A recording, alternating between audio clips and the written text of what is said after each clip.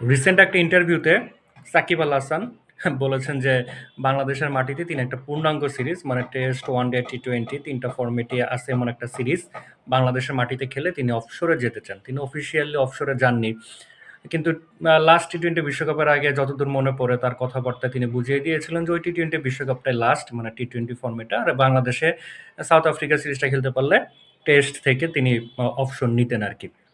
এখন সাকিবের সাকিবকে নিয়ে পলিটিক্যাল যে আর্গুমেন্টটা আছে ওটা যদি পাশে সরিয়েও রাখি, শুধু যদি ক্রিকেটের দিক থেকে চিন্তা করি, সাকিব আল হাসানের এখন বয়স, সাকিব আল হাসানের ফিটনেস, আপনারা তো দেখতেই পাচ্ছেন সাকিব আল হাসান এখনো ওই হেলমেটের স্ট্রেপ কামড়ে ধরে তিনি তার হেড পজিশন ঠিক রাখতেছেন।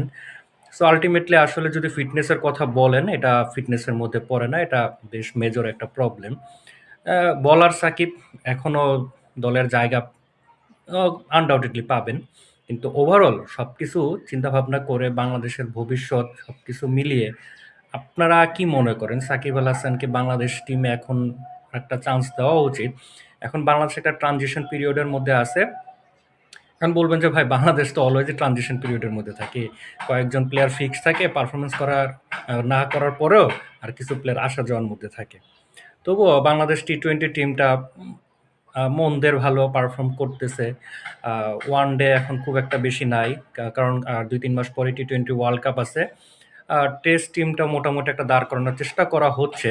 তো এমন অবস্থায় কি মনে হয় এই ইয়াং টিমটা কি সুযোগ দেওয়া উচিত, না সাকিবকে আবার একটা সুযোগ দিয়ে কয়েকটা সিরিজ, হ্যাঁ, বা টিমটাকে আবার একটা সাকিবকে সুযোগ দেওয়া মানে তো আবার একটা সম্ভাবনা প্লেয়ারকে বসায় দেওয়া, কি করা উচিত? আপনাদের কি মনে হয় সাকিবকে কি আর একটা সুযোগ দেওয়া উচিত, না এই যে এখন ট্রানজিশন পিরিয়ড যাচ্ছে যাদের ট্রাই করা হচ্ছে তাদেরকে দিয়েই ট্রাই, মানে এটা কন্টিনিউ করা উচিত? জানান তো কমেন্ট করে।